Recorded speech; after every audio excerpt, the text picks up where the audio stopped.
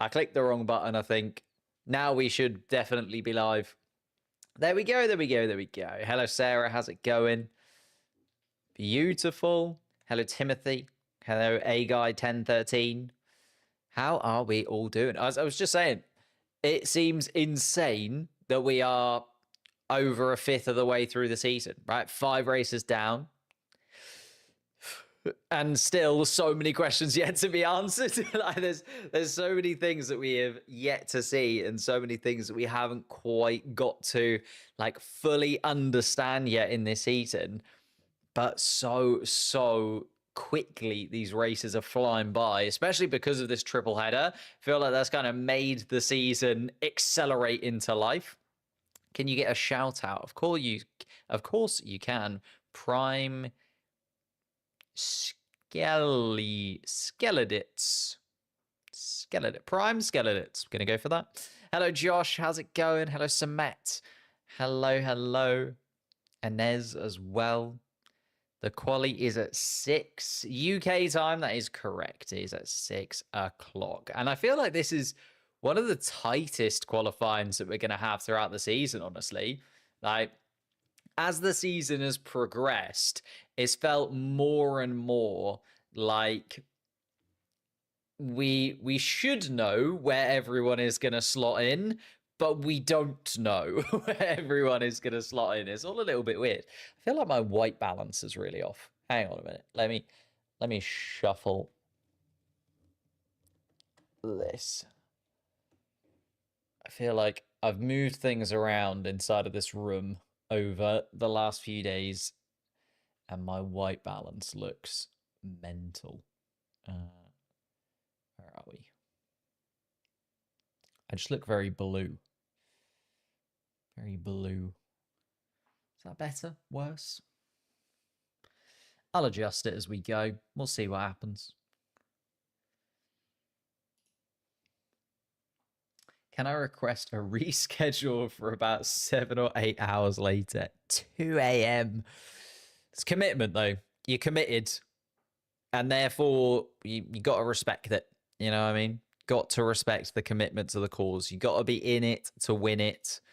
And actually, I don't know. I quite like the later races from my perspective. Well, I don't know. It feels weird because I've had like the whole day to prepare and change things around and see what I'm sort of thinking about various bits and pieces. But also at the same time, I don't want to go too deep. I don't want to spend the whole day doing work to then be a little bit tired by the time it comes to this. It's all a little bit strange, isn't it? Better than the 2 a.m. starts. That is certainly the case. Like getting up for China and getting up for Japan, absolutely never again. Like, goodness gracious me. It was a struggle. Let's say that. Let's say a struggle without sort of putting too much pressure on myself. Evening race is your favorite. See, Josh is with me. I quite like an evening race, but then I could appreciate an afternoony race as well. It's the early mornings. The early mornings are not the one. But shall we have a little chat about what's going on in the Formula One world? And in fact, I really need to get your thoughts and feelings on a couple of things. Obviously, if you haven't seen the predictions video this week, it's probably because it was very late. Apologies for that again. Was just so busy doing various bits and pieces, trying to sort out my life, and then was trying to edit the video, realized that the edit was never going to get done in time. So eventually just did it as a live stream. You can still check out that live stream. It's still on the channel. Came out yesterday just before free practice 1. But to jump to the conclusion, this was what you guys predicted was going to be the case in Saudi Arabia this weekend. You're backing Oscar Piastri to do the business. And that would, of course, put him top of the driver's standings. If he does manage to do it, it's not looking good for Lando Norris right now. And I don't want to be that guy who's jumping too quickly to conclusions. Like I kind of said in my video earlier on in the week, there's still so much of the season left to play out, but the momentum does feel like it's shifting. The momentum feels like it's going from one side of the garage to the other. And Oscar Piastri taking the lead in the championship is just another step in the right direction for him, isn't it? It's just another step in the, well, this is what we should now be expecting from Oscar Piastri. This is what we should now be expecting from the title challenge.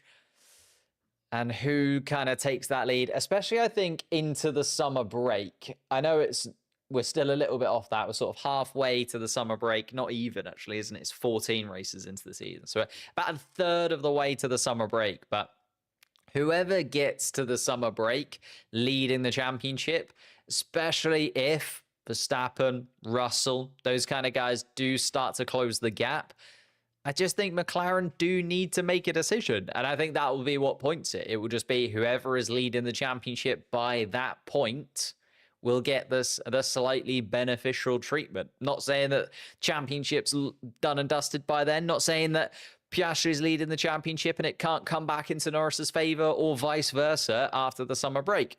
But I just feel like that there will be a turning point. There'll be a time in the season, summer break seems about right, where they'll have to assess and readjust and decide what they're doing for the rest of the year.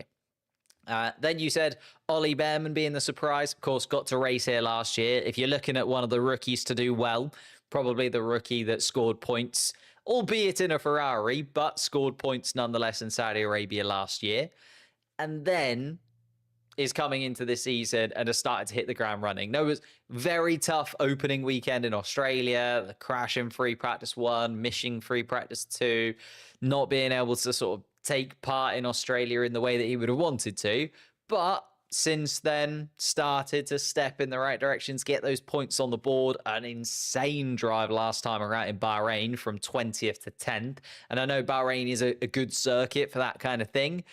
You can move forwards, and the strategy did play into his favor, but still had to go out there and do it, still went out there and did it. And Ollie Behrman definitely being a surprise package for the year so far.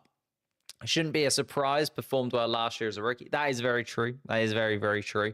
Maybe isn't so much of a surprise, but more so, I think, just people expecting him to do something a little bit special here. You know, get the Haas to a couple of places higher than maybe where it should actually have finished.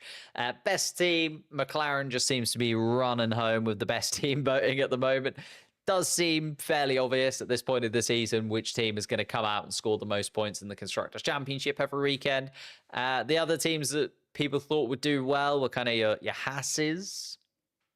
Got a few votes.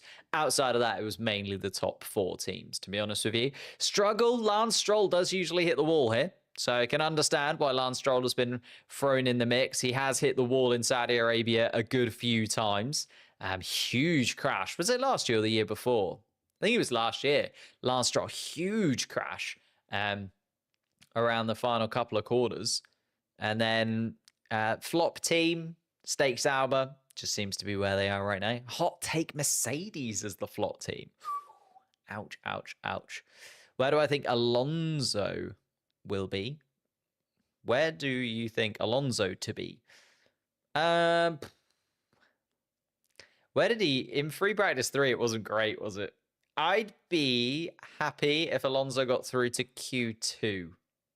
I think Q2 is where we're looking at for the Aston Martins, to be honest.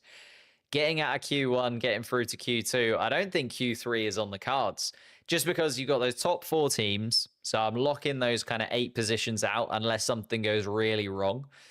And then, on the flip side of that, if you ask me to pick 2 drivers from the midfield pack, Fernando Alonso would not be one of them. You know, I'm looking at Alex Albon's had a good weekend so far. Carlos Sainz, back-to-back P5s in free practice 1 and free practice 2, had a good weekend so far. The Williamses look strong. The RBs have looked really good at the start of the season compared to the Aston Martins. The Hasses have looked really good at the start of the season. Pierre Gasly seems to be finding some momentum. You know, I feel like there's 5 or 6 drivers that I'd probably pick before I'd pick Fernando Alonso to slot into those Q3 spaces. Never know, though. Could be completely wrong. And Fernando Alonso could put in one of the performances of his life and jump up into the point scoring places out of nowhere. It would be very Fernando Alonso to do so, wouldn't it? It would be just Classic Fernando Alonso to prove everybody wrong fairly swiftly.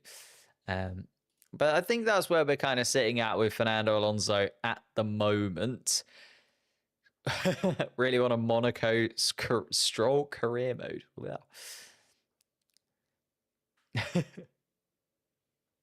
Fernando for the win. Have you got a Fernando Alonso? I was talking to Dan about this. I think, was it you that's also got a Fernando Alonso cardboard cutout? Possibly. I can't remember who he said now. There was a few people that have seen Dan's cardboard cutout of Fernando Alonso and now got their own cutout of Fernando Alonso, which I think is a strange habit that Dan is pushing on all of his fans. Now, I do have a question to ask. And this has been something that I've been talking about and thinking about and can't settle on for weeks now. I think I put out a community post maybe 4-5 weeks. Nah, it can't have been that long ago. 3-4 weeks ago, something along those lines, as to what happens if Max Verstappen leaves Red Bull. And the kind of talk around Max Verstappen leaving Red Bull ebbs and flows, doesn't it? It comes and it goes as the seasons progress. Last year, it was all about him moving to Mercedes. This year, it seems more likely that he'll move to Aston Martin. There's been a lot of talk about that. Fernando Alonso was actually talking about that. And Fernando Alonso was saying he is only willing or only wants to race for Aston Martin for so long. He knows that he's got an expiry date, but Fernando Alonso also knows that his contract goes beyond that and he'll stay with the team beyond the end of the season anyway. So we know that Fernando Alonso is around for the long run, even if he's not a racer at Aston Martin. So maybe he would be willing to, shuffle aside and allow Max Verstappen to go in there. But the thing that I have been really struggling with, and the thing that I can't quite decide on, and I'm thinking about doing a video on this, which is why I threw it out on the community tab when I did. What happens to Red Bull post Max Verstappen? Like, who goes into that seat? Who goes in to replace Max Verstappen? And people could argue, well, Yuki Tsunoda's already there, but I don't mean that. I don't mean, who do they bring in as the number one? Maybe Yuki Tsunoda does become the number one, but I don't know if they'd want that to happen. And then you look at the fact that we've got Isaac Hadjar. Would they trust Isaac Hadjar to go straight into the top team? Would they trust Liam Lawson to go back into the top team? I just don't know. I don't think so. And I just have no idea how Red Bull would sort out their driver situation if Max Verstappen does decide to leave. Like, I think that's the most difficult question to answer, and an impossible question to answer if you're Red Bull. Because I was thinking, well, maybe they'd be able to allure one of the McLaren drivers.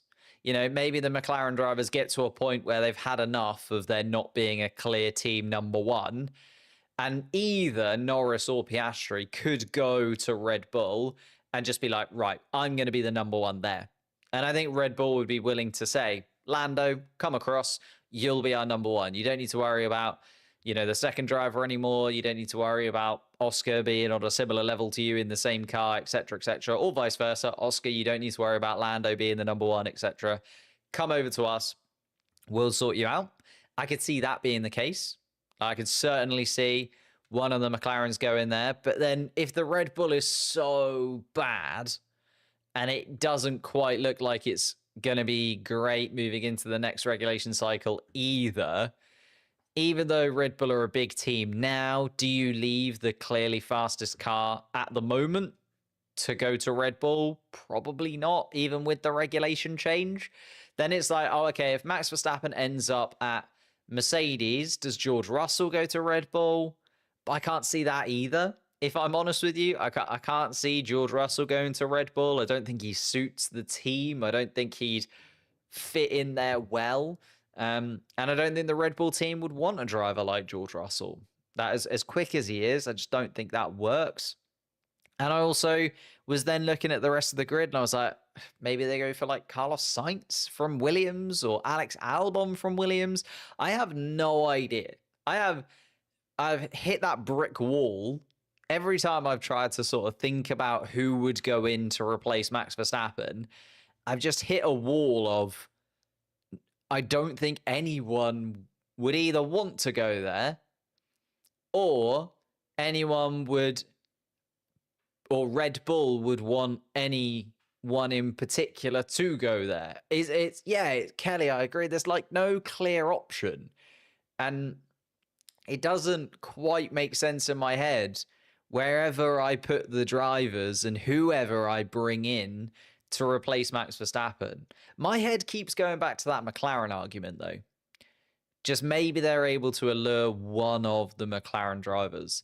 And then, yeah, you've got the Lindblad thing. I think the problem with the Lindblad argument, and I think a few people have put it forward, the reason that Mercedes could gamble on Kimi Antonelli is they knew, George Russell would be able to score more than enough points to do well enough for the team, right? They knew George Russell was going to be able to do well enough. So that was fine. They can be like, yep, George Russell's going to get the points in. We're probably not going to be battling for the championships. We can use this year to bed in a Kimi Antonelli. You get rid of Max Verstappen, is Yuki Tsunoda, is Red Bull going to say, right, we can bring in Lindblad because Yuki Tsunoda is going to score enough points to get us through it? I don't think so. I don't think so. Not at this point. I know we've only seen Yuki Tsunoda in 2 races, but I don't think so. And I just don't think they'd be able to go for Lindblad and basically say, right, Yuki Tsunoda, you're our clear number 1. You're the driver who needs to score all of our points or the majority of our points for a couple of seasons while we bed in this youngster. It's very different when you've got a George Russell in the second seat who's already established himself in the team and has already beaten Lewis Hamilton a couple of times compared to replacing Max Verstappen with a driver who you can't guarantee points next to a driver who can't guarantee points. It's just is so hard. I don't think they can go for a rookie. I just don't. Bring back Sebastian, bring back Seb. I don't think Seb wants to come back, is the thing. I just don't think Seb would be that interested in it. Really don't. Max to Cadillac possible next year? No. If Max moves, he's going to go to a team where there's outright possibility that they could be the best team in the sport. Put themselves in a bad spot, putting so much on Max. Great driver, obviously. Yep, completely agree, Kelly. I just have no idea how it plays out. Carlos and Valtteri Bottas or Pierre, best drivers for Red Bull if Max leaves. But would they want to? Would they want to go there? I suppose Carlos. Carlos quite likes being at Williams, I think. I think they've really... Carlos had the choice of almost every team on the grid last year. You didn't see the Drive to Survive episode. There was Stake Sauber, Alpine, Williams, all kind of courting him. He chose Williams, and I think he's chosen Williams for a reason. Whether he'd sort of gamble on Red Bull, I mean, maybe, just because they've got the facilities already and the money backing them. I don't know. Do I think Audi can be a podium contender next year? Absolutely not. Absolutely not. But yeah. But I just don't know. Who goes in there to replace Max Verstappen. And I really want to do a video on it, but I can't come to a pinpoint conclusion of my own. And therefore I can't, try and sort out the rest of the grid beyond that if I can't do the first thing. The background drama, which may be overblown, doesn't seem to be a calm work environment. Well, it's definitely not, right? They lost 7, 8 key members of staff last year. Adrian Newey was kind of the hallmark one, I guess you could say, or the one that people talked about the most, but genuinely lost so many key members of staff last year at Red Bull. So it makes sense that, again, you'd look at the behind the scenes and sort of leave that with a little bit of space. Leave that with a little bit of space to sort itself out before you decide to go in there. It's so tough. But I was hoping you guys would give me an answer, if I'm honest. But I just don't know if there is one. I actually don't think there is a clear and obvious answer. And Red Bull will find a way to do something ridiculous, won't they? Maybe there's multiple answers. Maybe that's the video. Maybe I just go through every single other option. Most likely to least likely. I could do, yeah. I could do. Kind of do a list of maybe, yeah, that's a good idea, Kelly. That is a very good idea. I kind of did that in a poll though. I did that in a poll on the old channel. Let me see what I put it on a post. I was like, if Max Verstappen leaves, yeah, if Verstappen were to leave Red Bull, who would go into his seat? Most people voted for Carlos Sainz, but I could only give 4 options. So maybe that is the step. Maybe I give more options. I need a big list of all the possible options. Who goes in to replace Max Verstappen? Christian Horner as the new driver. I think he'd love that. He loves being the center of attention as Christian Horner, more so than anybody else. But let's go back to Saudi Arabia, shall we? We are here to talk about the Saudi Arabian Grand Prix all in of itself. Stroll goes to Red Bull. That would be hilarious. Maybe. It's a lot of money. But then like the money that his dad has got is in Aston Martin. So I don't think the money would transfer in the same way that, you know, when Stroll bounced around from Williams to Racing Point, I don't think the money would kind of follow in that way.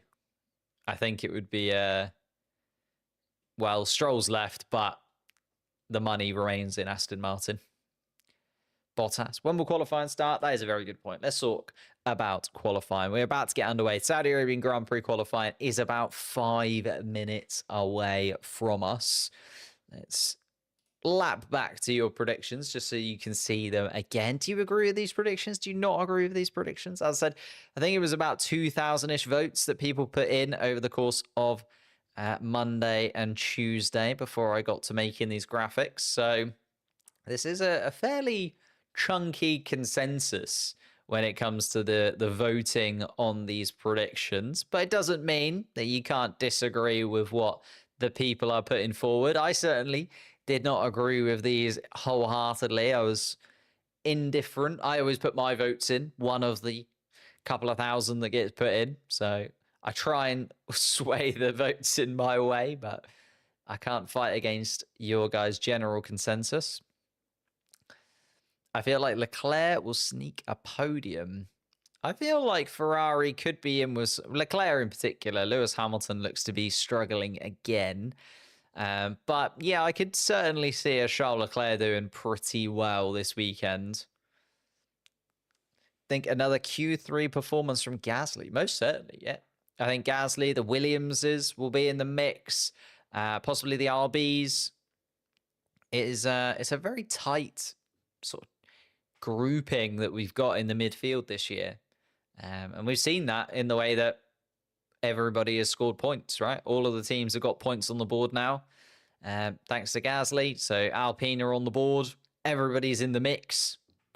I think the midfield in particular this year is very circuit to circuit dependent, and is fluctuating pretty heavily from weekend to weekend. But let's have a little look at the quali board. Let me get a couple of things loaded up as we're going to start to see some of the radio messages coming through from the drivers. In fact, I can just pop that up on the screen while I get a couple of bits loaded in the background. If you are new to the channel, maybe hit that subscribe button. That'd be massively appreciated. We hit our goal of 120,000 subscribers before the end of the Saudi Arabian Grand Prix. We're a couple of days ahead, and I think we're edging even towards 121,000 subscribers, possibly even over that today. Haven't checked it over the course of today. But if you could hit that subscribe button, that'd be amazing. If you could hit the like button, it really does help out the stream and sort of gets us in the algorithm. You know, there's a lot of people that do watch alongs, so your support on this one would be absolutely amazing. And then if you want to go even a step further, you can be an absolute hero and become one of the channel members. Trying to get to 30 members before the end of the season. We're getting there, slowly ebbing up, sort of 1 or 2 a week, or every race weekend. We managed to get 1 or 2 more. You could be that 30th member for the season, or even just the, the 12th, 13th, 14th member if you join today. That would be absolutely incredible. All of that goes back into the channel, making things better, and trying to make this content as good as it possibly can be. Hope Red Bull won't mess up their pit stops tomorrow. Goodness gracious me. Just subscribe since I'm so entertaining. There you go. And that wasn't, a directed thing. I didn't tell him to write that. It's not like TripAdvisor where I've just opened up 15 new emails. That wasn't me on a ghost account. That was Hatake from the heart. And Sarah's been here for a long time.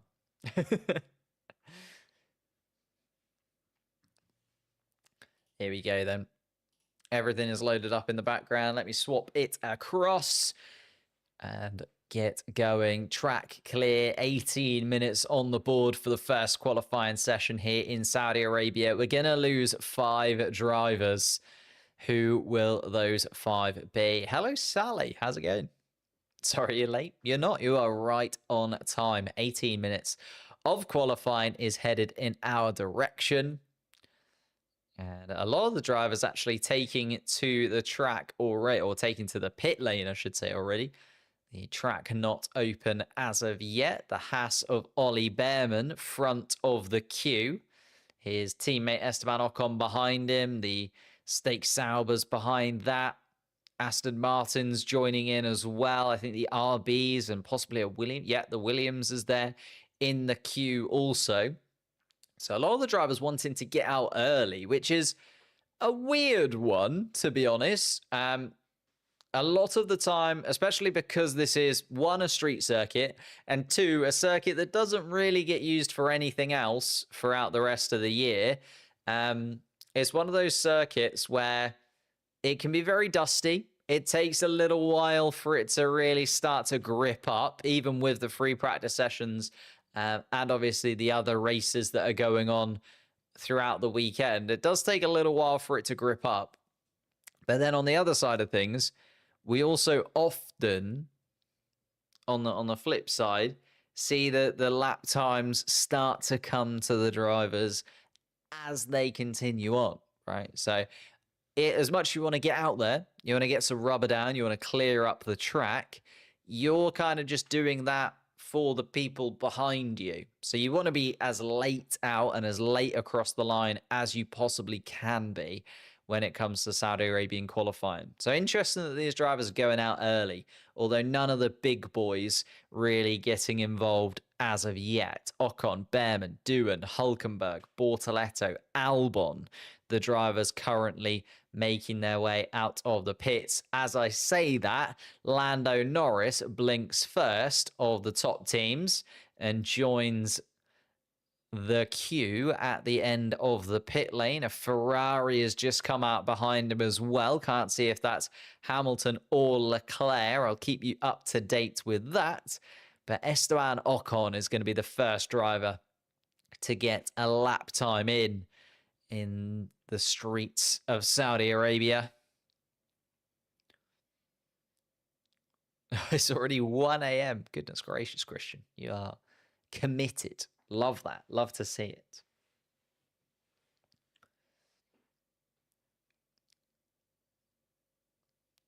Esteban Ocon. He's one of the sort of outside shouts this weekend to do something a little bit special. He always seems to be in the mix at the front of the pack, does Esteban Ocon, over the last few Saudi Arabian Grand Prix. I think he's led a couple of Saudi Arabian Grand Prix, even in an Alpine. Just always seems to get the right strategy at the right time, does Esteban Ocon, when it comes to Saudi Arabia. Similar, I guess you could say, to what he did in Brazil last year, when he managed to get that second place finish in and amongst the chaos. I am imagining that there's going to be safety cars and red flags are flying over the course of the two competitive sessions that we've had.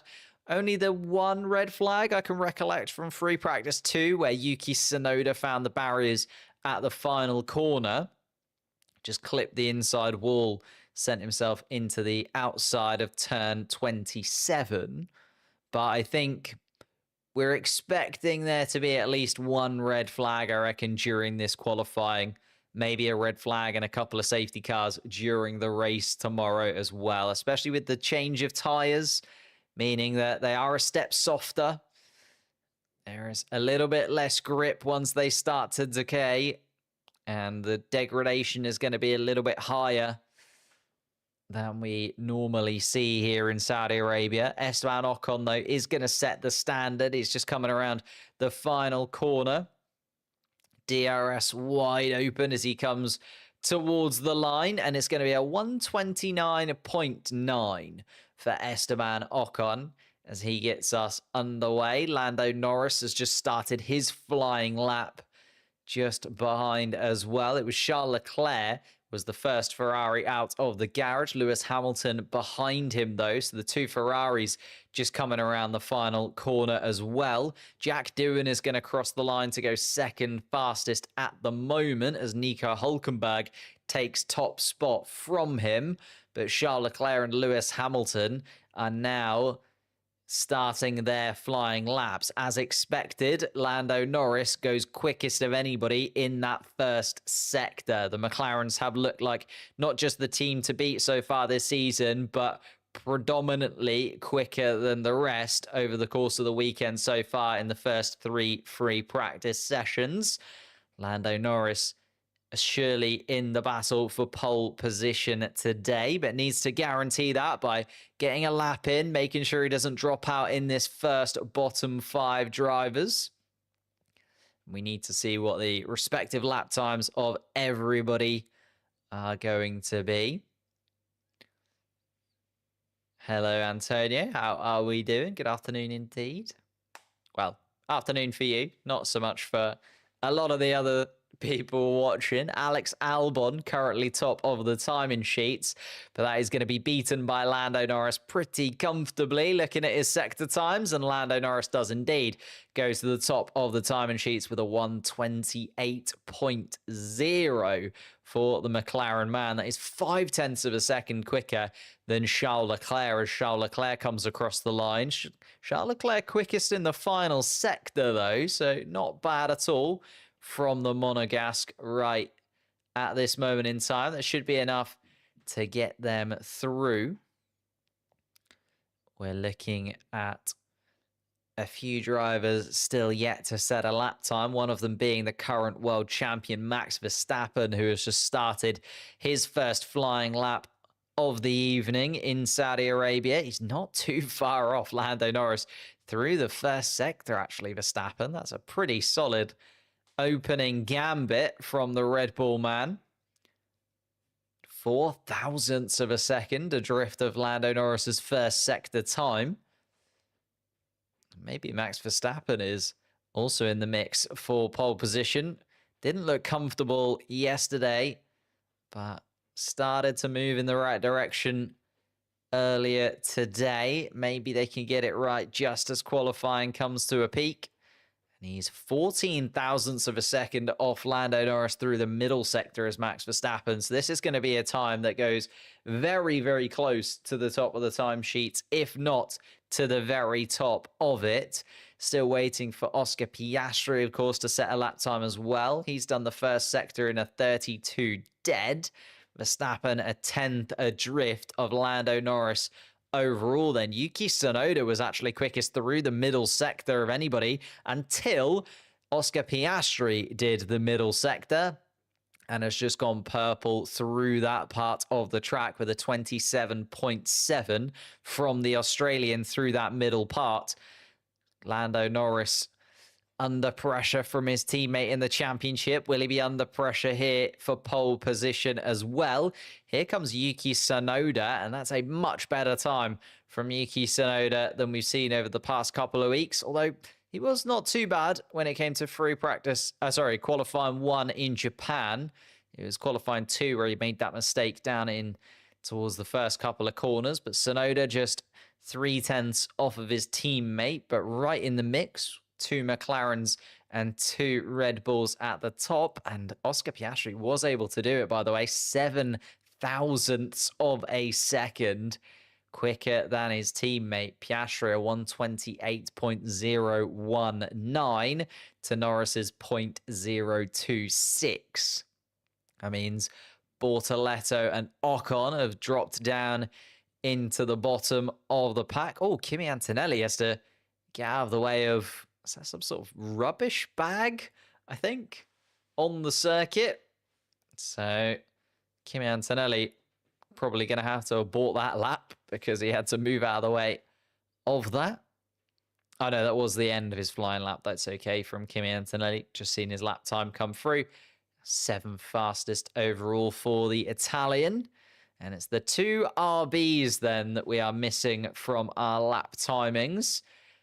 Hadjar and Lawson both about to come across the line though. Hadjar up into 9th place, 7.5 tenths off the fastest lap time, but good enough to get him through right now ahead of Lewis Hamilton and Alonso and Gasly, the kind of drivers that he's been in the mix with in the first 4 races so far this year. And Ollie Behrman then is actually starting another flying lap after seeing that he has dropped down into that bottom 5. Liam Lawson is just making his way around the final sector, which will give us a full lap time from everybody involved. But as I say, the lap evolution and the track evolution that we get here in Saudi Arabia is going to be massive. So don't think that just because somebody is at the bottom of the timing sheets now, they haven't got a little bit more in the tank, because I feel like it's going to change very, very quickly indeed. Well, I have to wait and see, though. Carlos Sainz already showing that, going 0.2 of a second quicker than Nico Hulkenberg's current 15th place time. Carlos Sainz down in 18th at the moment. It's not looking too bad, though.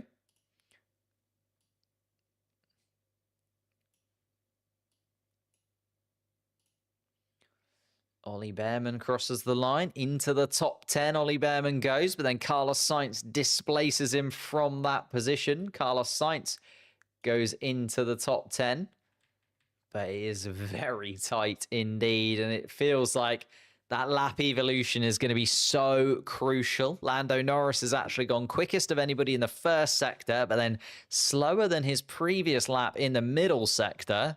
Did he slightly overcook the tyres? Possibly, but fastest again in the final sector. Lando Norris means that he'll move back to the top of the timing sheets, and he's actually found a couple attempts. And this is what I mean by the track evolving and the track getting quicker underneath the drivers. They're just going to be able to find that little bit more grip, especially as these soft compound tyres start to bleed some rubber into the surface. Oh, and Isaac Hadjar gets incredibly close. I think possibly even kisses the wall with his rear right tyre there, Isaac Hadjar. Did well to keep it in a straight line and not be the first driver to drop out of this qualifying session. 6.5 minutes left to go, though, inside of this first qualifying session in Saudi Arabia. Lewis Hamilton down in 18th at the moment, has improved in the first sector, improved in the second sector as well as Lewis Hamilton. So Hamilton now looking to try and get himself out of that bottom 5. Do I think that Yuki will be close to Max? He's 0.3 of a second off at the minute. Could close in. If he's a couple of attempts off Max Verstappen, it's maybe not too bad. I think just getting through to Q3 is an absolute must for Yuki Tsunoda this weekend. I know he did it last weekend, but he needs to make that a regular occurrence. And then it's that next step of, okay, how close can he get to Verstappen? How close can he get to the podium places? Liam Lawson coming back into the garage on our screen, 17th fastest. And Lawson just really doesn't look himself this season at all, does he? Had that torrid time with Red Bull, qualifying right at the back of the pack every single time around. 2 races he got Well, I say every single time around. He only got 3 qualifying sessions, bless him. And then just hasn't looked himself, even moving back to the RB team. Nothing that amazing to write home about in Japan, neither in Bahrain. And Lawson now in that bottom 5 once again, whilst Isaac Hadjar, not entirely safe, only 13th fastest, but faster nonetheless. Jack Doohan, Pierre Gasly, Esteban Ocon, and Gabriel Bortoleto, the other 4 drivers in that bottom 5 that now only have 5 minutes to improve on that lap time before they will be knocked out of qualifying. And it's not where you want to be in Saudi Arabia. It's not like the track is impossible to overtake on, but it's a pretty tricky one. You need a pretty substantial tyre advantage a lot of the time. And Albon touches the wall. Alex Albon, king, well, too close to the wall, you could say, but just close enough to brush his wheel up against it in that middle sector. Cost him quite a bit of time, though, Alex Albon, as he had to dart away from the wall. I think just out of a little bit of hesitance in that middle part of the lap. So Albon unlikely to improve on his 9th fastest time at the moment. It is Jack Doohan, Liam Lawson, Pierre Gasly, Esteban Ocon, and Gabriel Bortoleto that need to improve the most. Alex Albon does actually improve on his lap time, even with that poor middle sector. That's pretty good going, and I think just shows actually, again, that track evolution that we see here. Oh, as Pierre Gasly tries to move out of the garage with the tyre blanket still caught in the wheel. That's might get themselves a little bit of a fine there for releasing the car in an unsafe condition. But they did manage to get that tyre blanket off of the front right tyre of Pierre Gasly's car, and he is now away and making his way onto the track. Fresh set of softs onto the Pierre Gasly's car as well. Not too bad. They're going for it down at Alpine. They really don't want to be in this bottom 5. And you can see those drivers. You're looking at sort of, I feel like with the track evolution, honestly, even, I was going to say George Russell. George Russell's maybe safe. Yuki Tsunoda, Alonso, not necessarily at this point, I don't think. It feels like that's in and around where the lap time's going to fall as these tyres come towards the drivers and as the track starts to grip up. 2 minutes left to go. Be interesting to see also who manages to play it perfectly and be that last driver across the line. Jack Doohan is already 3/10 up on Ollie Behrman's 15th place time just through the first sector. So absolutely flying Jack Doohan now in comparison to the lap time that he did previously. I know that he wasn't too far off Ollie Behrman. He's 0.003 of a second adrift, but being 3/10 up already, very impressive indeed. Jack Doohan, though, has lost a couple attempts through that middle sector. Also looking at Isaac Hadjar right now, as he's just improved through the first sector on his next flying lap time. Keeping an eye on him because I want to see whether or not Liam Lawson is going to be able to match his kind of lap time. Isaac Hadjar at 32.2 through the first sector. Let's see what Liam Lawson can do. It's 32.29. Okay, it's not too bad. Not too far off is Liam Lawson. Maybe this time is the time. Jack Doohan gets across the line. It's 13th fastest for Jack Doohan, which really doesn't feel like it's going to be enough. Isaac Hadjar then jumps up into 10th place. Lawson is doing a lot better. So Ollie Behrman has now dropped into that bottom 5. Max Verstappen, whilst we're talking about the drivers towards the back end of the grid, has jumped up to the top of the timing sheets. A 127.778 from Max Verstappen means he goes quickest. And Carlos Sainz has gone into 7th spot. There was a yellow flag in the first sector briefly there. Did somebody come to a stop or maybe have a little bit of a spin? It's now green once again. Ollie Behrman is improving, but not by much. Ollie Behrman's going to be right on the bubble here. If my calculations are correct through the first and second sectors, Pierre Gasly improving also. That bottom 5 is going to be very tight indeed. Lewis Hamilton comes across the line for the first sector. He's 0.3 off Verstappen's lap time. Pierre Gasly, a much better lap time. 9th fastest from Pierre. 10th fastest then from Ollie Behrman. And Gasly and Behrman, will that be safe enough? Lewis Hamilton, now the man on the bubble. And Oscar Piastri, I think, has missed the checkered flag. Oh, no, he's come into the pits anyway. Ollie Behrman has completed his lap. So has Gasly. So it's actually, I think, Yuki Tsunoda, the last man across the line for Red Bull, who is still on a flying lap. Might be slightly wrong. I didn't look perfectly. As we look at Lewis Hamilton trying to improve, Lance Stroll has come across the start-finish line and will not improve. So Stroll is going to be out. Lewis Hamilton goes up to 9th fastest. So Stroll and Doohan are guaranteed to be out. Isaac Hadjar comes into the pits on the bubble in 15th place. Nico Hülkenberg is not going to improve, though. So Hülkenberg down in 18th place. Gabriel Bortoleto also not going to improve. And it was Gabriel Bortoleto that was the driver that caused that yellow flag, I think. Lost himself down towards turn 1. Just went, well, basically straight on at turn 2. Lost the rear end of the car as well. Max Verstappen had to evade.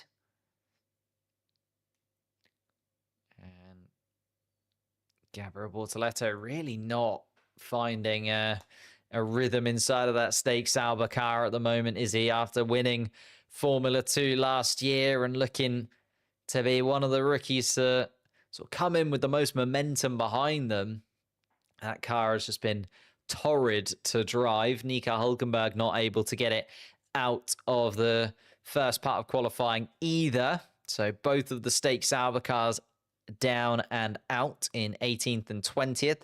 Esteban Ocon, between the two of them, was not expecting that at all. As I said before, Ocon has been pretty handy around this circuit in the past, but not able to do it this time around was Esteban Ocon.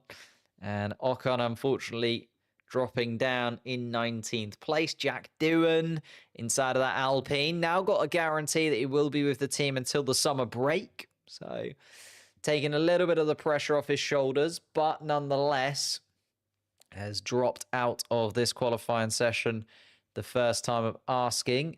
And then finally, Lance Stroll, who started the season well, Lance Stroll. A little bit of a shame. Doesn't go well here in Saudi Arabia, though, does Lance Stroll. And I have to say it, you guys did predict Lance Stroll not to have an amazing weekend, and it hasn't started insanely well either.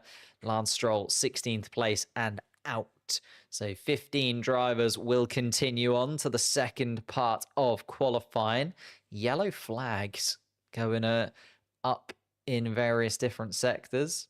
Maybe a little bit of dust being swept away. Not so sure. An investigation came in on Lewis Hamilton as well during that part of the session. Completely missed that. Incident involving car 44 noted, failing to follow the race director's instructions, maximum delta time to be investigated after the session, Lewis Hamilton. So possibly going a little bit slower than he should have been on one of those preparation laps was Lewis Hamilton. That'll be investigated as the weekend progresses and after the session is finished. But those still a lot of drivers in the mix here. It's got that classic top 8, although Alex Albon and Carlos Sainz getting in and amongst it. Charles Leclerc, actually, the biggest name closest to the drop zone in 13th spot. It's those midfield cars, though. The Williams is looking stunningly quick here. Gasly and Behrman in 10th and 11th place. I'd back them to improve. So looking at you like Alonso's, Hadjar's, Lawson's as the drivers that are maybe most likely to drop out in this second part of qualifying, but they've got to do it all over again. The times are reset. Everything that you've just done is basically worth nothing now. And Albon wanting the car checked over as he gets into the garage, as he did clip the wall pretty heavily at turn 16, did Alex Albon. He still managed to go quicker that lap, though, which is impressive. I think just judging it, getting a little bit of Pirelli paint onto those Pirelli tyres was Alex Albon. Jack getting that contract extension race by race. I think he wasn't it the first 7 races that he initially had on his contract? And now I think it is guaranteed to be until the summer break. It was something like that. It was like 7 races or 10 races maybe. I can't remember the exact numbers off the top of my head, which is poor. But yeah, Jack Doohan wasn't guaranteed until the summer break initially. But now the sort of rumors around it are that he is guaranteed to be there until the summer. Of course, it's Formula One. What's a contract really worth when they can just sort of buy you out of it at any point? You know, we've seen Daniel Ricciardo was supposed to be another sort of another year at McLaren. That didn't happen. Sergio Perez was supposed to be in Red Bull until 2026. That didn't happen. Drivers fall out of contracts fairly swiftly. Am I speaking results before it updates here? Yeah, I think the stream slightly separated itself for some reason. So I will have a little look at that. And I have reset it. So hopefully it should be a little bit closer to the time. Don't really know what went on with multi-viewer there. But as I say, I'll just double check it. Yeah, I've apply that. We'll reset it. Why not, actually? Because we've got the time between the 2 sessions. Why is Hamilton under investigation? For going too slowly on one of his warm-up laps. So, I have to see.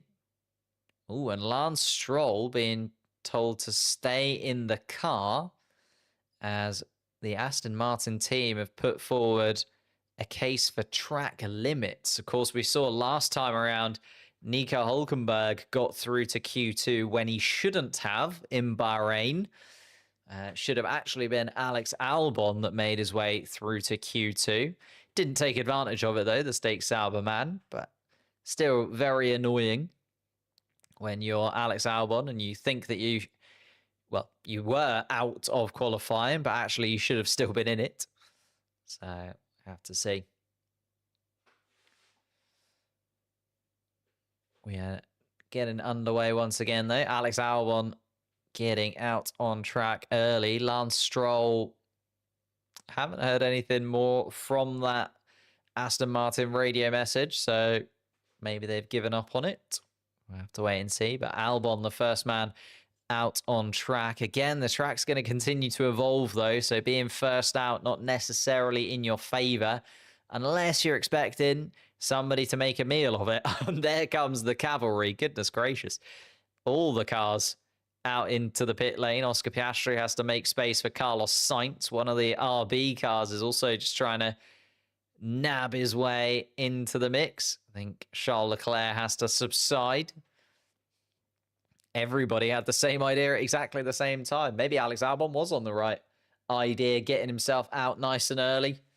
Just not battling with everybody for track position inside of the pit lane. Here comes Lando Norris's McLaren is next in the queue to leave the pit exit. Fernando Alonso behind him. Keeping an eye on Alex Albon, though, just coming around the final corner. And Alex Albon will be the first driver to set a fast lap time here. What does the diagonal line mean on the tyre? It means it is a used set of tyres. So you can see that Alex Albon has already done 4 laps on those soft compound tyres, whereas Max Verstappen, for instance, or Oscar Piastri, they have not got a line through the tyre, which means it is a fresh set of tyres. Good question. But yeah, used tyres versus fresh tyres. Q2, indeed. We are headed into Q2. Liam Lawson is now being investigated for an unsafe release.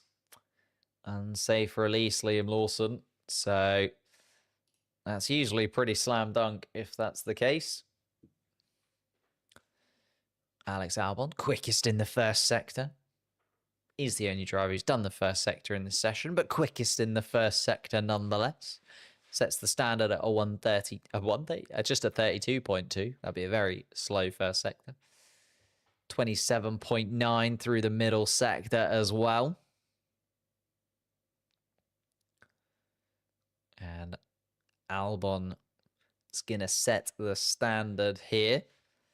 Got Piastri just behind. Carlos Sainz actually getting out of the way of his teammate, but doesn't want to. And in fact, they might have nailed this, to be honest, the Williams team, because Albon is going to finish his lap, and then he's going to be able to give Carlos Sainz a little bit of a tow, then move out of the way. Williams with a perfect little ballet dance there between the two of their drivers. Sainz getting a little bit of an extra tow down towards turn 1, and then Albon out of the way. Oscar Piastri, though, starting his flying lap. So is Fernando Alonso behind. George Russell and Verstappen. Antonelli actually just about to come over the line. Liam Lawson there too. So let's keep an eye on those. Ooh. Liam Lawson has been cleared of that unsafe release, so no further action for Liam Lawson. Must have just been the way that the lap was. Oscar Piastri then, much quicker through the first sector, a 32 dead. And it does feel like Piastri is going to fairly comfortably move ahead of Alex Albon in the timing sheets. Ollie Behrman only goes second fastest. Pierre Gasly, though, is able to actually go to the top of the timing sheets for now. The Frenchman with a 128.4. Max Verstappen has just gone quickest of anybody through the first sector, though. Isaac Hadjar finishes his lap to go fourth fastest in the RB. Carlos Sainz goes quickest with a 128.3. Was looking pretty good, Carlos Sainz. And shows it, as I say, got a little bit of a tow down towards turn 1 as well.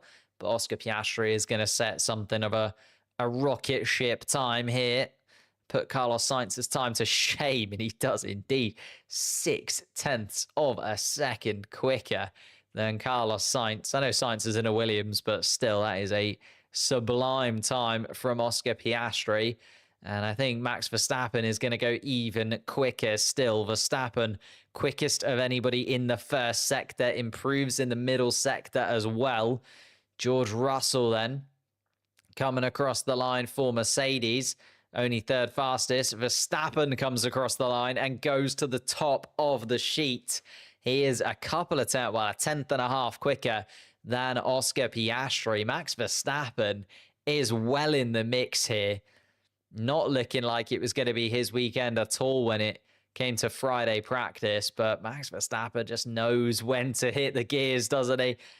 Comes into qualifying after a torrid weekend in Bahrain. Now looks like he's going to be right in the mix for pole position. Charles Leclerc can only go fourth fastest on the timing sheets. Hamilton, his teammate, slots in a couple of tenths behind. And Yuki Tsunoda actually splits the Ferraris. The problem is we know how quick that Red Bull is. And Yuki Tsunoda 6.5 tenths off of his teammate. Can Lando Norris go to the top of the seat? Yes, he can. Lando Norris with a 127.4, and it does feel like it's going to be those three, Norris, Verstappen, Piastri, not only battling for the championship possibly this year, but definitely battling for pole position here as well. George Russell goes fourth fastest, and he's been pretty consistently there too. I feel like George Russell is not out of the championship talk as of yet this season, especially considering we know it can fluctuate as the year progresses. Oscar Piastri, actually got a little bit out of shape, so definitely some time to find from Oscar Piastri as he was finding his way through the middle sector. A couple of corrections in those fast-flowing corners that you get. And yeah, actually bobbling over the curbs a touch was Piastri.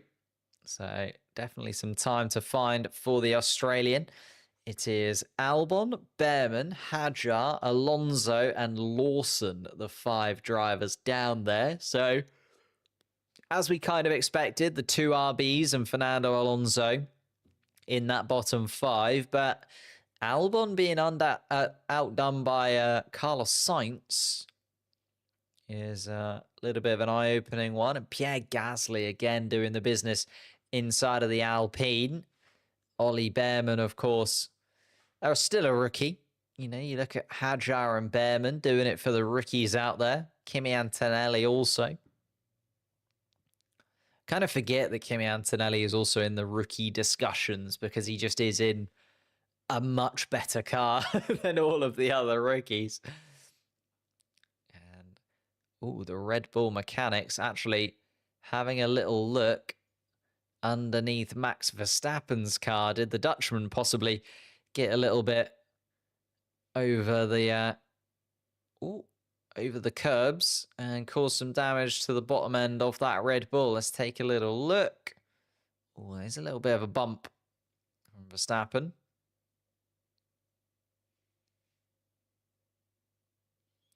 Yeah, turn 4, turn 5. Oh, yeah, that was a big bump from Verstappen. I can understand why they're having a look. He really caught the curb inside of that Red Bull car.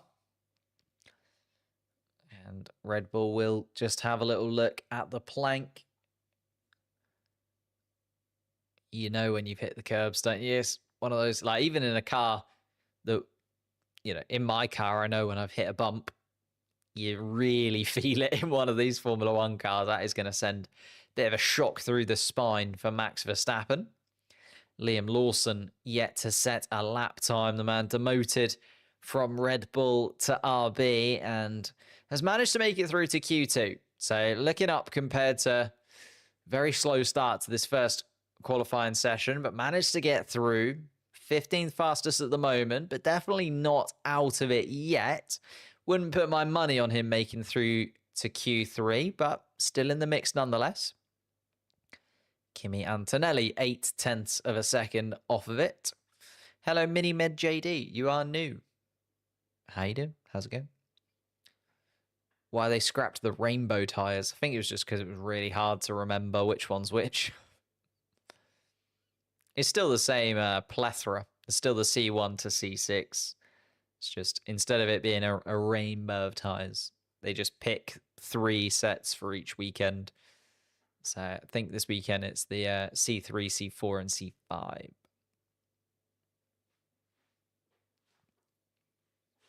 George Russell on an outlap now. Alex Albon also on an outlap, wanting to get done before anybody else. No, sorry, Alex Albon on a flying lap.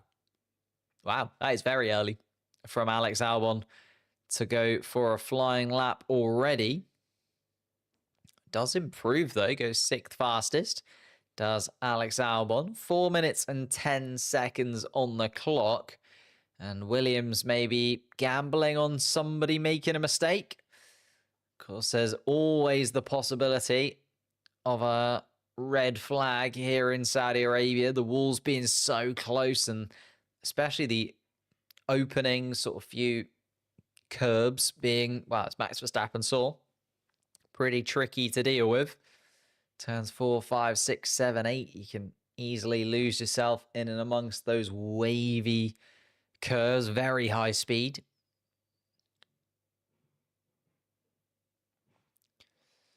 And we're looking at the Red Bulls at the back of the pack. Yuki Tsunoda actually out of the garage before Max Verstappen. They're going to be the last drivers out on the grid, I think. And I think Lando Norris is actually deciding to keep his powder dry. Lando Norris staying in the pits.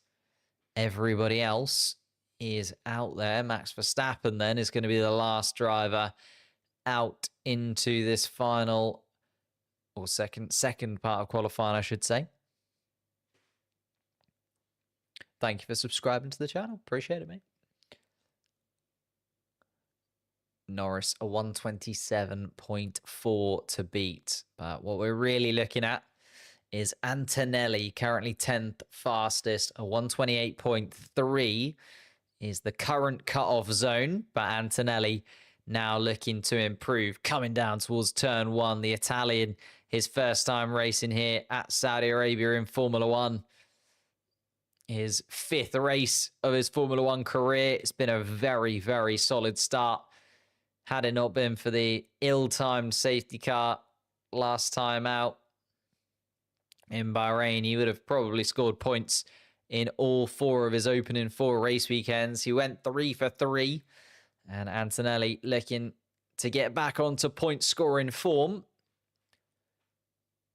He's a 10th or so up on his first sector time. Gone green through there. Piastri's also improved through the first sector. So's George Russell.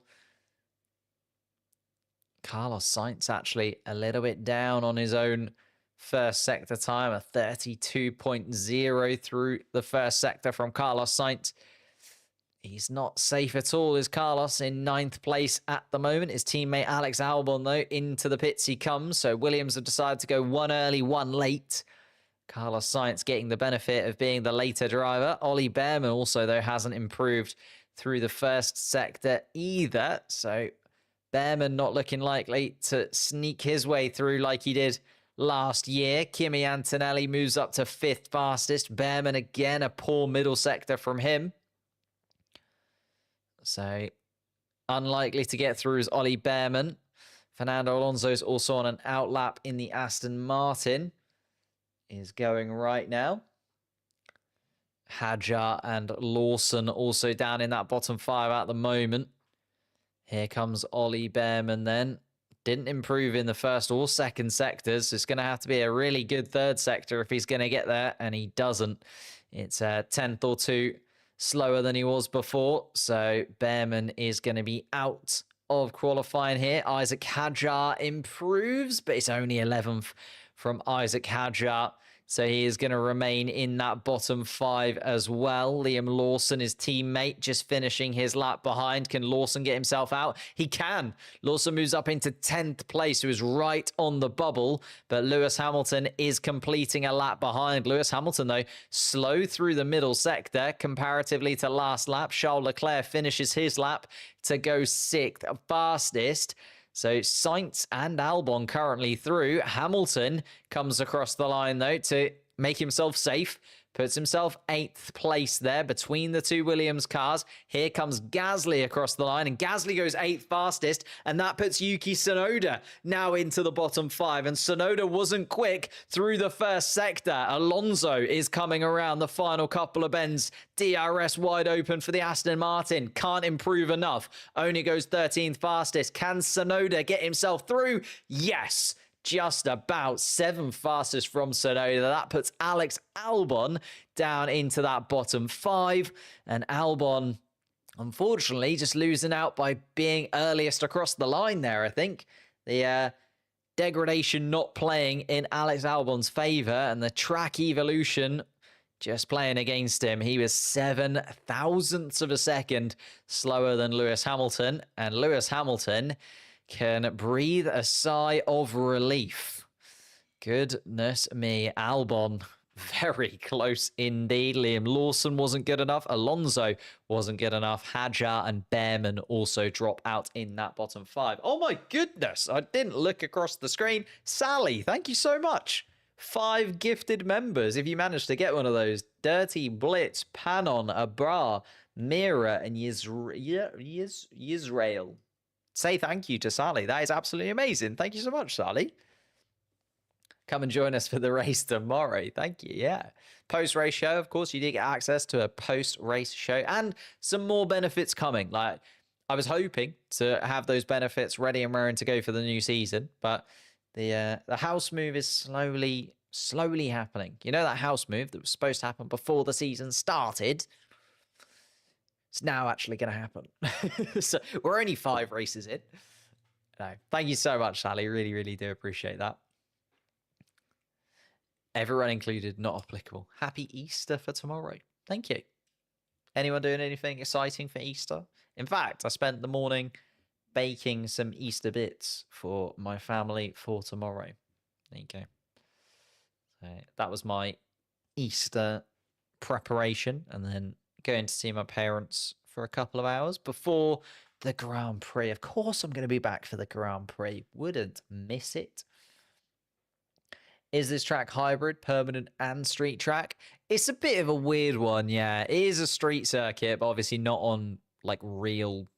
Well, they are real streets. Is it? Yeah, it's a bit of a hybrid one. That's probably the best way to describe it. You've described it better than I can.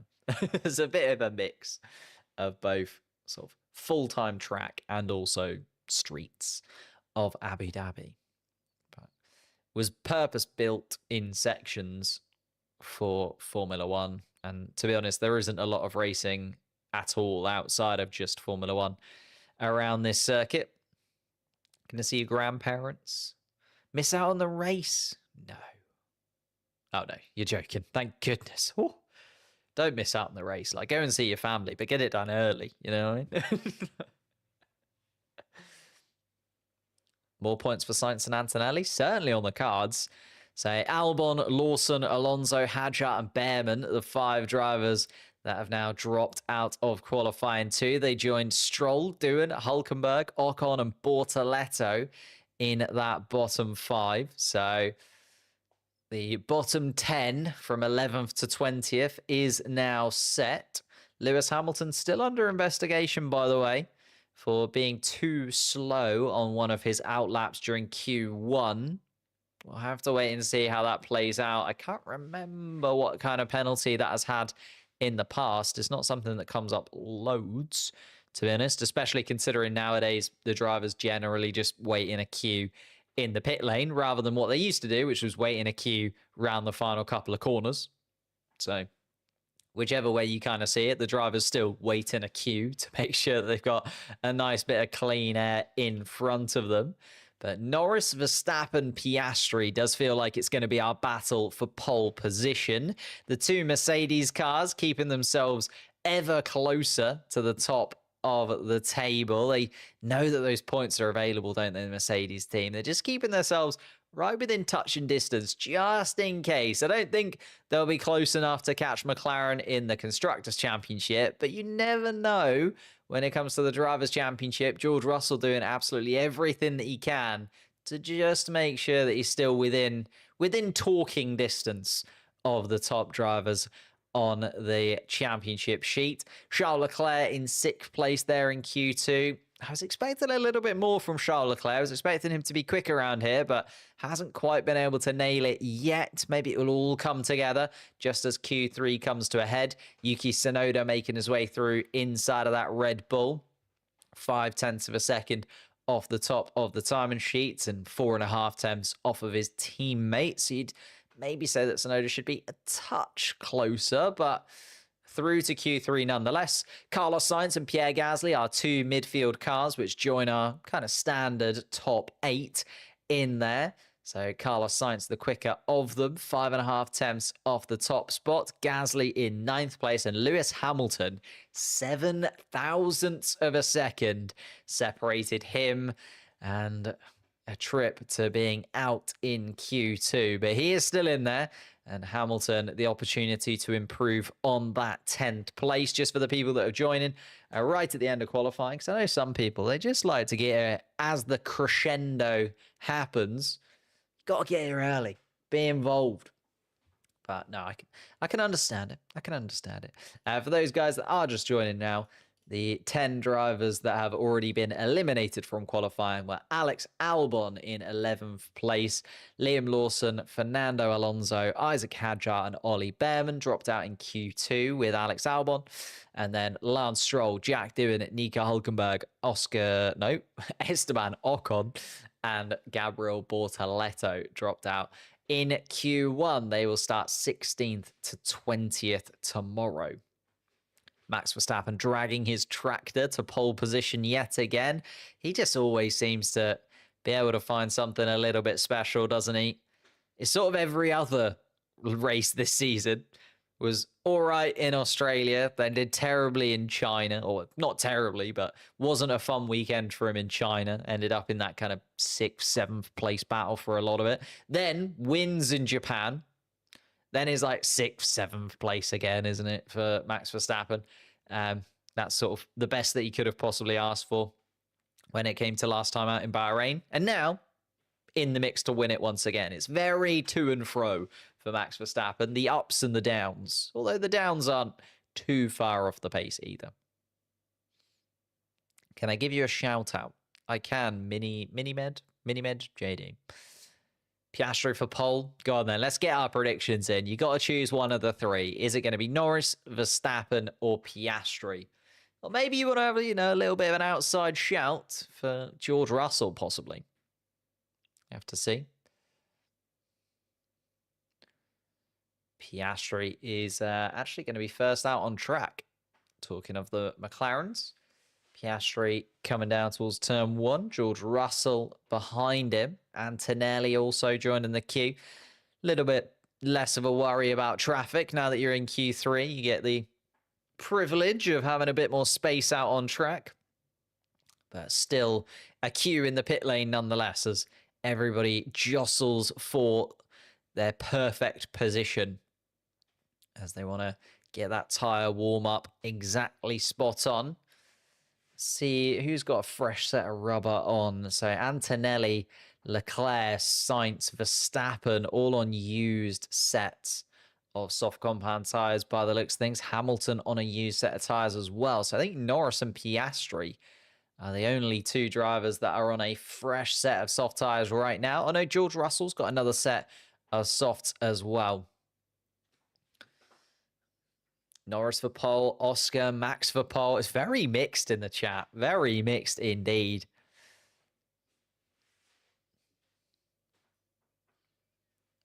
Can Hamilton win his 8th World Drivers' Championship this year? Absolutely not. Absolutely not. George Russell then. Inside of the Mercedes. Again, just can't count him out, can you? I want to say it's between those three, Norris, Verstappen, Piastri, but if George Russell was able to find something, he is called Mr. Saturday for a reason. And I don't want to count him out when it comes to the Drivers' Championship either. He's just started the season so incredibly quickly, has George Russell. Oscar Piastri, though, is now on a flying lap inside of his McLaren car. Let's see what he can set the standard at and whether Norris, Verstappen, Russell can get close to the Australian.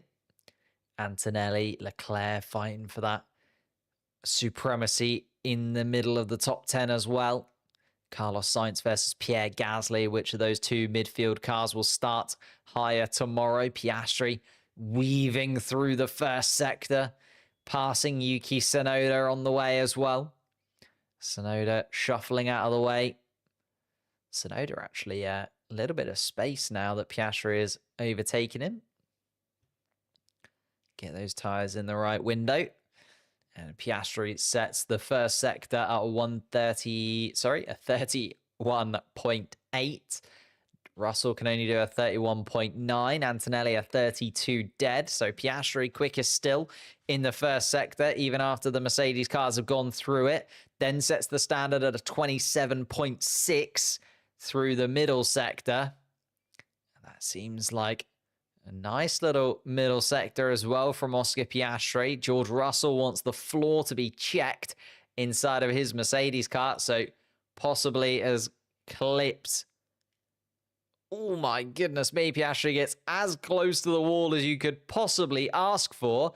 And there's a double yellow, and I think that is Lando Norris. That is Lando Norris. Oscar Piastri sets the time at a 1:27.5, but everybody else is going to come to a stop as the red flag is waved, and Lando Norris is going to be out of qualifying. Wow. Lando Norris has dropped it in turn 4, turn 5. Haven't seen a replay of it yet, but the McLaren of Lando Norris is facing in the wrong direction and I think is missing at least a rear left tyre and possibly a bit of that rear wing as well. Let's watch the replay of it then. Just coming through the very fast first sector, coming down towards turn 4. Oh, gets on the curb at turn 5. And it's straight into the wall in front of him. Just a shake and a shimmy, and the walls are just so close here that any little mistake does not go unpunished. And he, just hit the throttle too hard, jumped on top of the... we've seen a lot of the drivers do it today. Max Verstappen, of course, George Russell possibly as well, has just gone over that curb and just taken a little bit too much. And Lando Norris has just done exactly the same, but with dire consequences. Lando Norris hitting the wall on the outside of turn 5 there. And that's going to be the end of his qualifying session. And 8.5 minutes left on the clock. It's going to be a little bit of a weird end to qualifying here. It's almost going to be a one-lap quali for a lot of these guys. But Lando Norris not able to take part in it. The medical car is just making his way to go and collect Lando Norris. The crane will be out to move that McLaren car off of the racetrack as well. And Lando Norris frustrated on the radio, but does seem okay at least. 8 minutes still to play, though. Not over yet. Piastri, the only man who was able to set a full lap time before the red flag dropped. Russell and Antonelli were through the middle sector. Leclerc, Sainz had just completed the first sector. But that won't matter, as Piastri, with a 1:27.5, is the only man to set a full lap time. Lando Norris is okay. He's all good. He's out of the car. The medical car has just gone and picked him up. So he'll be making his way back to the pit lane in the medical car. Just seeing the McLaren car also getting picked up by the crane. It's just outside of there as well, moving that car out of the way. And we will get back underway with qualifying in a few minutes' time. If you are here, leave a like on the video. That'd be absolutely amazing. Subscribe to the channel if you're new. We're trying to get up towards 130,000 subscribers. We absolutely smashed our goal of 120,000 subscribers before looking underneath George Russell's car. So Russell possibly has done similar to what Max Verstappen did earlier, although Verstappen managed to get back out once again. What was I saying? Hit a like, subscribe, all that good stuff. We smashed 120,000 subscribers. Now, can we get 130,000 subscribers? That is the next goal along the way. Which driver does this high-speed track favor to win this race? It's a great question. I mean, the Mercedes cars actually looked pretty good in the high speed last time out in Bahrain. That was the reason that Lando Norris just couldn't get past George Russell, because George Russell in the high speed sections of the Bahrain circuit was able to keep Lando Norris at bay effectively. So I'd say the Mercedes cars look pretty decent in this kind of high speed environment. Depends how cool the track is, of course, by the time we get to the race itself.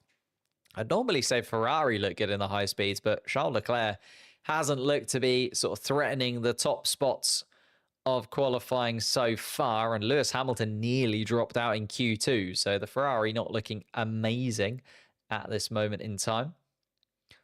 And just looking at that replay of Lando Norris once again through turn 1 and turn 2, makes his way down towards turn 4, gets as close to the wall as possible, but I think just gets on the accelerator a little bit too early. Does Lando Norris, gets right on the curb. You can see the sparks fly at the rear end of the McLaren.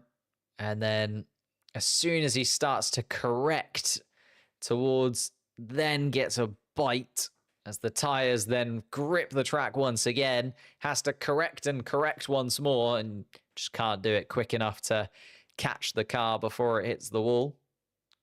Ooh.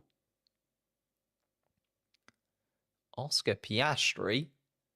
Just having a little look now that the red flag might have actually dropped before Piastri got over the line. Interesting.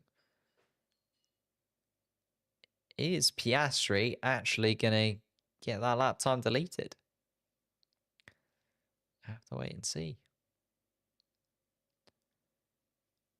Because the red flag did drop right as Oscar was coming down the pit straight. It was very, very tight if he did manage to cross the line in time. I'm assuming he did, considering the timing sheets are saying that was the case.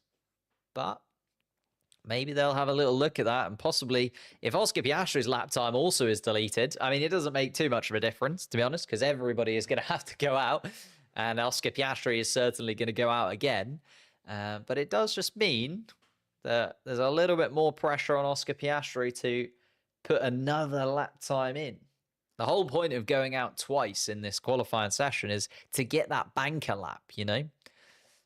You're always assuming that you're going to go quickest right at the end of qualifying, but you want to get a lap in just in case something does go wrong, or just in case there's a red flag like we have seen. Although this red flag with 8.5 minutes left on the clock, still more than enough time for everybody to get another couple of laps in. But this is why you need that buffer lap almost. Antonelli podium incoming. Every time Lando fails, you're happier. That seems a little bit harsh. I do feel bad for Lando. Just hasn't quite been the start of the year that he was probably expecting it to be, or hoping for it to be. I know he won in Australia, but was never fully happy with the car, and then had to watch his teammate now overtake him with the number of wins this season. Oscar with 2 wins, China, and last time out in Bahrain, a solid win last time out in Bahrain. Had to watch his championship rival from last year, Max Verstappen, also take victory in Japan. He's been on the podium, though, as Lando Norris. It's not like he's been completely out of it, and he's still leading the Drivers' Championship, at least for now. Oscar Piastri, so close to that inside wall. Just seeing a replay of his lap time. Whether or not that will stay. It does feel like it's going to stay, though. They've had a little look at it a couple of times. Norris is a good driver. Piastri is a better driver than him. It's one of those ones, isn't it? It could easily switch. It's too early in the season to say definitively which of the 2 McLaren drivers is going to have the better overall season, I feel. And it's just Lando Norris does have these ricks in him, doesn't he? He does have... It's usually qualifying, actually. Lando Norris is pretty solid in the races. Like, generally speaking, Lando Norris doesn't really make too many mistakes when it comes to like racecraft. I know he made a mistake last time out at the grid slot, but I don't mean that kind of mistake. I mean the kind of racing mistakes rather than being a slightly over your grid box. Lando Norris doesn't really make mistakes in the races. His qualifying's where maybe he's just in his head a little bit too much. You know, qualifying is all about flow.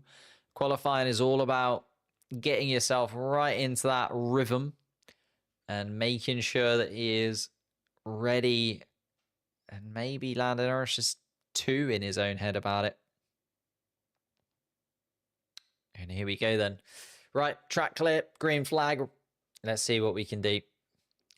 Russell, better than Piastri, better than Antonelli, better than Verstappen. Sorry. Excuse me. What's my opinion, though? Sure, we can't say definitely. That's the fun part. I did a whole video on it, actually. I'm Kev. On Tuesday this week, where I just kind of discussed the to's and fro's of it. I do feel like the momentum is with Oscar Piastri. And I think the thing is, Piastri is only in his 3rd season. It just feels like the ceiling for Piastri is that much higher than Lando Norris. It feels like this season is now or never for Lando Norris. If Lando Norris doesn't win the championship this year, it won't happen. Whereas if Piastri doesn't win the championship this year, I can still see him improving, still see him carrying on, and still see him, you know, being in that mix for the championship later on in his career, whether that's with McLaren or with someone else. We never know. Might end up moving to a different team and being the championship title fighting driver there. So it just feels like Piastri is more of a sort of talent than Lando Norris. It's hard to explain, isn't it? when it comes to sport. When it comes to sport, and you just have a feeling and a vibe and a kind of an intangible understanding that you just like, that driver has that something special, just has a little bit of a sparkle about him, does Oscar Piastri. In a similar vein to, you know, when Max Verstappen came into the sport, in a similar vein to, you get these talents. They come in, and yes, you know, they go through the same rigmarole as a lot of the rookies, but there's just those flashes of brilliance. You look at Oscar Piastri getting that sprint race win in Qatar. And I know there were a few things that had to fall in his favor, and it was overshadowed a little bit by the fact that Max Verstappen won the championship that weekend in 2023. But it was just that little like, oh, okay, that's something a little bit special from Oscar Piastri in your rookie season. Getting that sprint victory in a season where Red Bull was so dominant, in a season where Max Verstappen was so quick, is just like, okay. Then last year, the middle portion of the year where Piastri was kind of stepping up to the plate, had that really good stint. I'm thinking sort of, what was it? It was in and around kind of Monza, Azerbaijan. There's kind of a stint in that middle of the year where Piastri just looked, well, untouchable, and was the highest scoring driver for those sort of 6, 7, 8 races. If he can do that over the course of a season, and that's the next step, isn't it? That's the thing that you have to then say. It's all well and good being brilliant in 4 races, then in 10 races. Can you be brilliant in 24 races? Because to beat someone like Max Verstappen, you have to be good in every single Grand Prix. You have to win, or you don't have to win. You have to be dominant and show your ability in every single Grand Prix. And I think that's the thing that Piastri just needs to do this season. So far, Australia, outside of that, you know, so far he's done everything that you could really ask for him. Max Verstappen, though, looking very handy indeed. Let's get back to the racing times. And Max Verstappen does go quicker than Oscar Piastri by 1,000th of a second. He has pole position by 1 millisecond, does Max Verstappen right now. Carlos Sainz came across the line with only a 129.1. So Max Verstappen, I mean, a millisecond is a millisecond. And Max has put that millisecond on the board. Game on indeed from Max Verstappen there. Stunning stuff. George Russell and Antonelli just coming around as well. Yuki Tsunoda is out on track. Charles Leclerc and Lewis Hamilton are just making their way out of the end of the pits as well. Just under 4 minutes left on the clock. Verstappen perilously close to the wall. But that's where that millisecond was made, wasn't it? You have to be so tight to the barriers. And Verstappen was indeed just that. Verstappen now also sprinting around on this in lap. And very low grip in turn 1.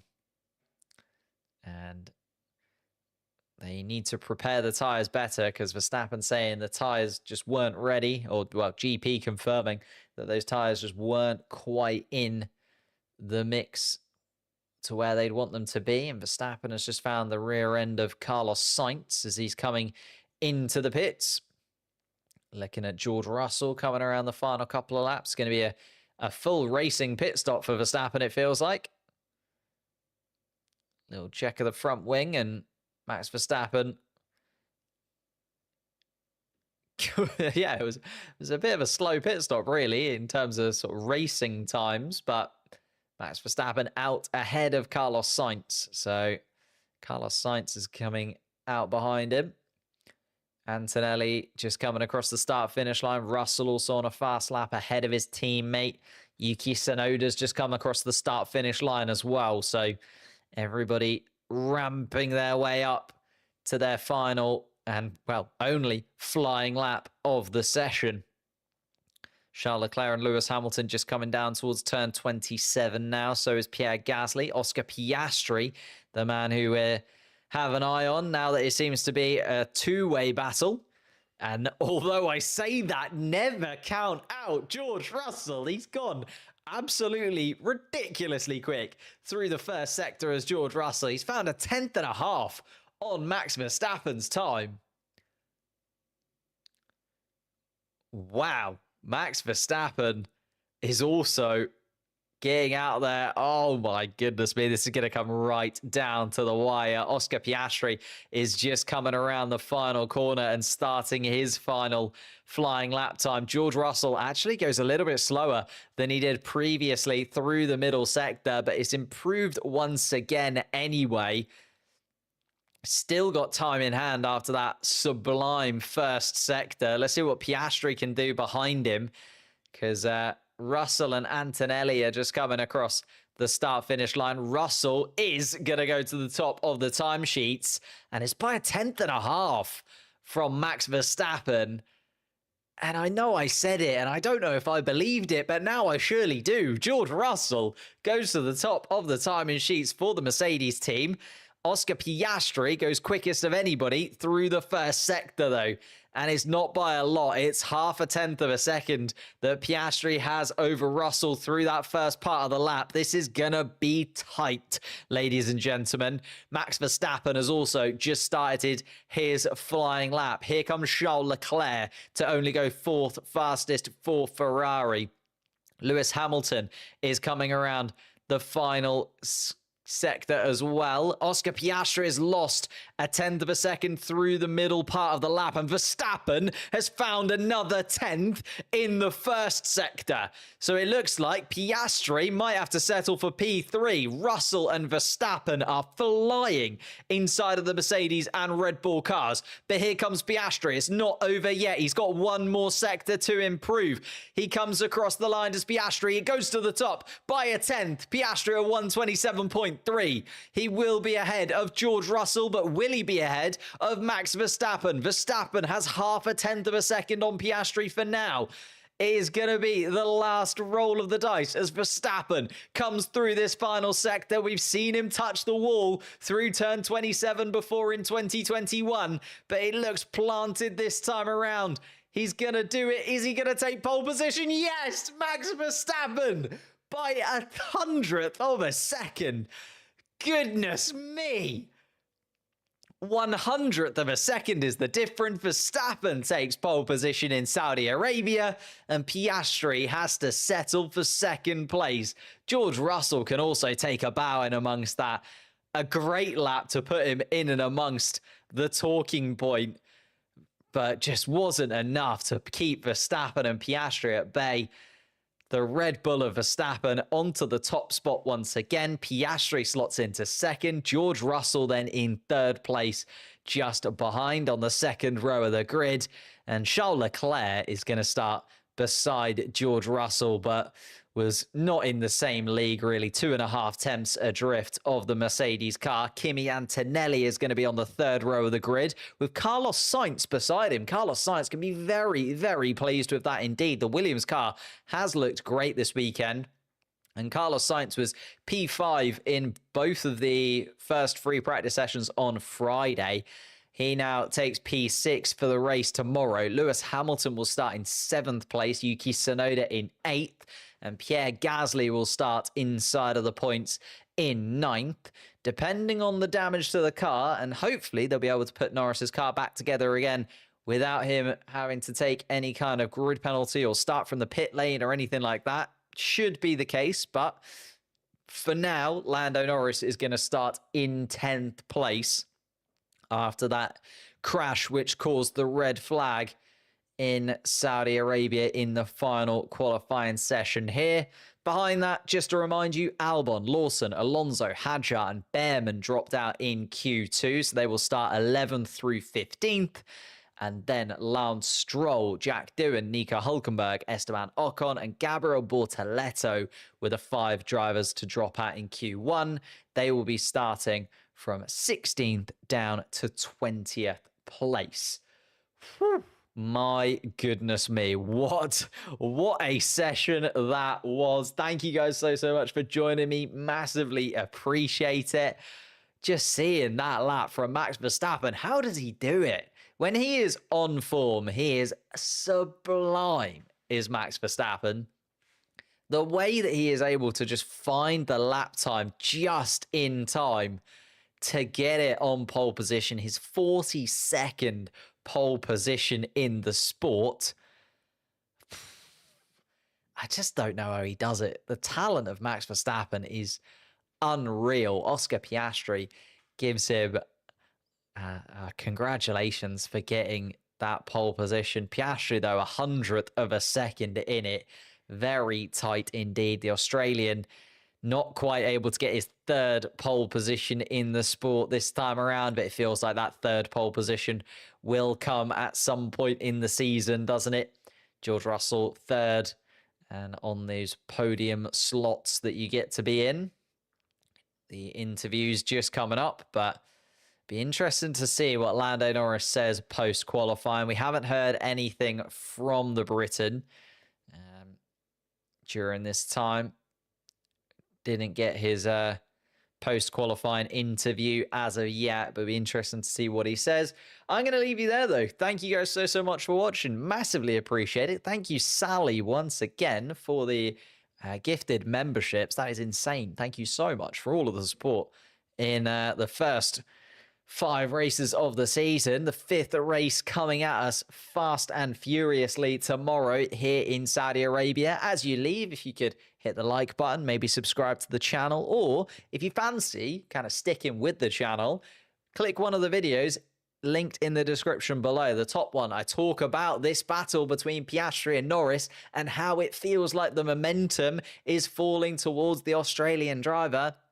Is this just another thing that has fallen his way and another thing that will cost Lando Norris in the long run? You'll have to click that link. Let me know what you think in the comments down below in that video as well. And I will see you tomorrow for some more live coverage of the race. Goodness me.